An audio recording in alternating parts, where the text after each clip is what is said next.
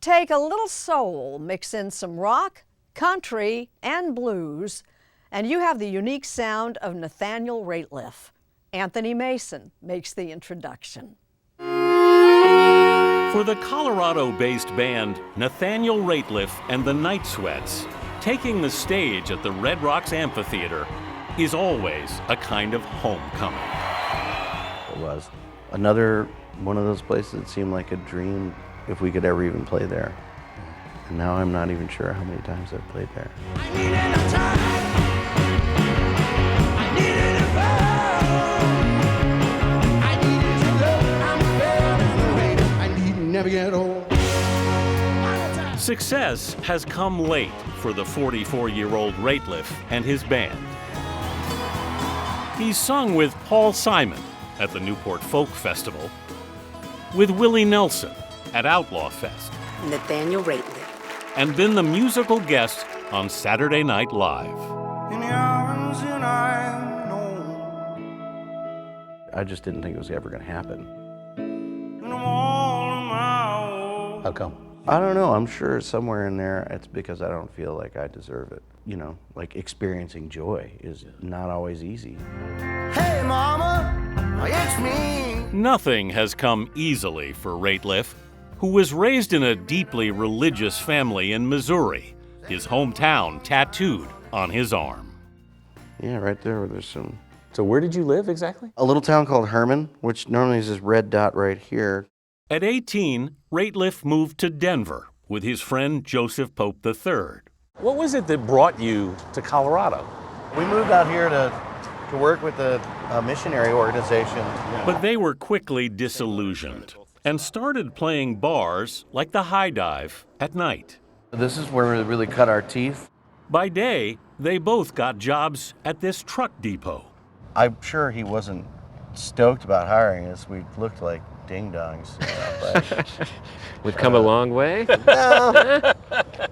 It was a great way to write, like just singing to yourself in the truck or singing on the forklift. Yeah, I would have my tape recorder when I worked in the yard.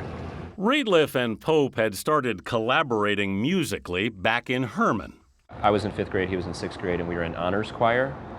And we didn't really know each other yet, but it's the first real memory I have of singing like, "What shall we do with the drunken sailor? What shall we do with the drunken sailor?" Pope has played in all of Rateliff's bands. What's it meant for you to have each other going through all this? You know, I think at times we used each other as a crutch to make it through and just kind of limp through whatever tragedy we were going through. In 2002, it was Pope's testicular cancer.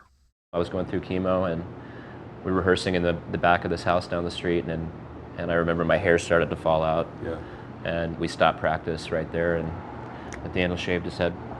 In solidarity. We made it through, yeah.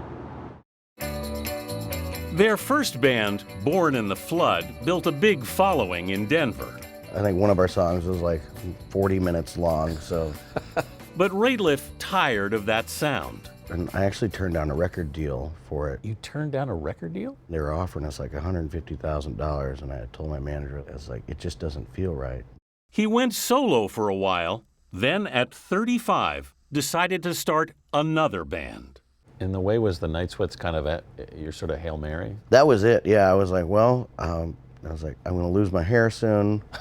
Nobody wants to see a bald rock star, you know.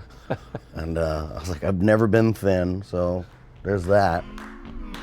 Released in 2015, their debut album would go gold behind the salty lead single, S.O.B. Son of a bitch, give me a drink. The video has 86 million views now on YouTube. Son of a bitch, if I drink it clean, But the rousing chorus I'm gonna drink my life away. foretold problems for Rateliff. In the middle of making the second record, you know, I was struggling with alcoholism. I was going through a separation that would later be a divorce. So what was that period like for you? Because that's a lot. Thought I was gonna have a nervous breakdown. He went on a health retreat. Then his producer, Richard Swift, died.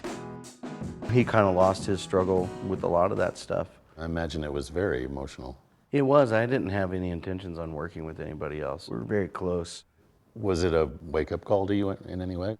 I think the real wake-up call was when I was at his memorial service, and his wife was just like, we're not going to do this for you. I didn't want anybody to have to bury me either. So, like my mother or my friends, yeah, you know, I think about Richard. I think about him most days, you know. Yeah. Lately I've been feeling this way. Tell me if I'm wrong. You can hear it all in his music. Only thing I felt in weeks was when I leaned in the know. I'm not a great showman. I just care about what I'm singing.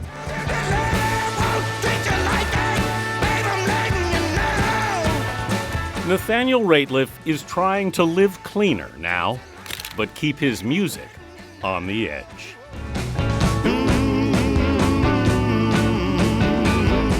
With rock and roll, it's always best when it's about to fall off the tracks.